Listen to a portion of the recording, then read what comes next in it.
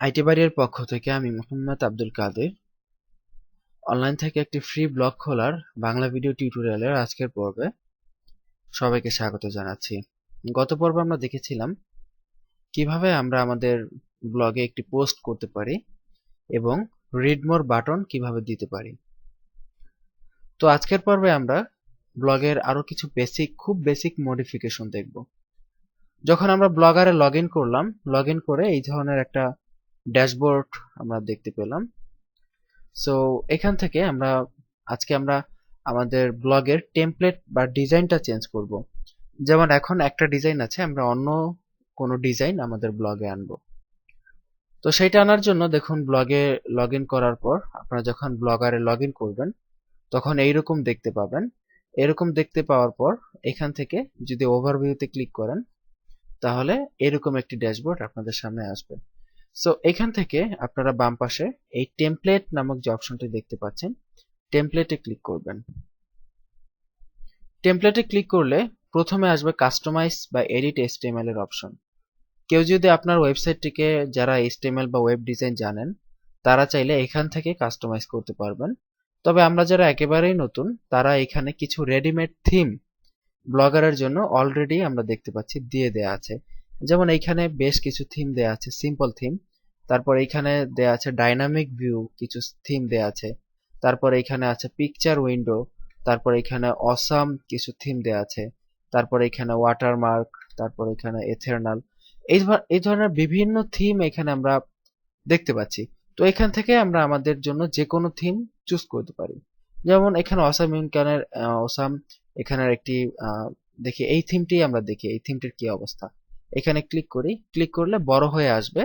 দেখুন, এই থিমটি যদি আমরা নেই আমাদের ওয়েবসাইটের জন্য, তাহলে আমাদের ওয়েবসাইটটি এইরকম দেখা যাবে। তো আমরা আরেকটি থিম দেখি, এটা কাটি, এই বাম পাশের কালো থিমটাই দেখা যাক, অথবা এই থিমটা বা এই থিমটা দেখি। ক্লিক করে আমাদের ওয়েবসাইটটি কেমন দেখা যায়। হ্যাঁ, এই থিমটার জন্য আমাদের ওয়েবসাইটটা এরকম দেখা যাচ্ছে। আমরা আরেকটি থিম দেখি, এই থিমটা দেখি। আচ্ছা, এই থিমটার জন্য আমাদের ওয়েবসাইটটা এরকম দেখা যাচ্ছে। তো আমরা এটা অ্যাপ্লাই টু ব্লগ, এভাবে আপনার যে থিমটি আপনার ওয়েবসাইটের জন্য পছন্দ হয় সেটি আপনি অ্যাপ্লাই টু ব্লগ ক্লিক করবেন। ক্লিক করলে সেই থিমটি আপনার ওয়েবসাইটে চলে আসবে।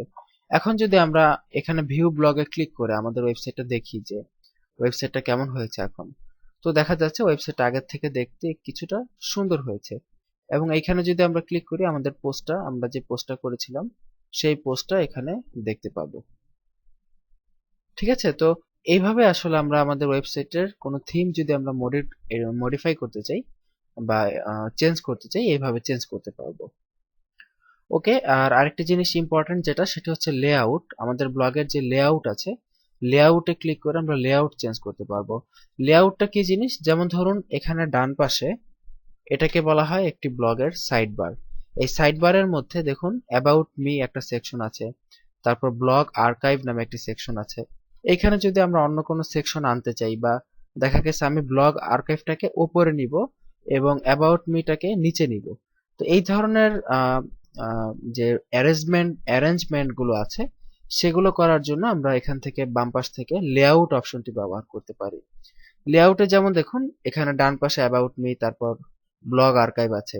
তো ব্লগ আর্কাইভ যদি আমরা টেনে উপরে দিয়ে দিই এবং সেভ অ্যারেঞ্জমেন্টে ক্লিক করি, তাহলে যদি আমরা এখন এটা রিফ্রেশ করে দেখবো ব্লগ আর্কাইভটা উপরে চলে গেছে। দেখুন, ব্লগ আর্কাইভটা উপরে চলে গেছে এবং অ্যাবাউট মিটা নিচে চলে গেছে।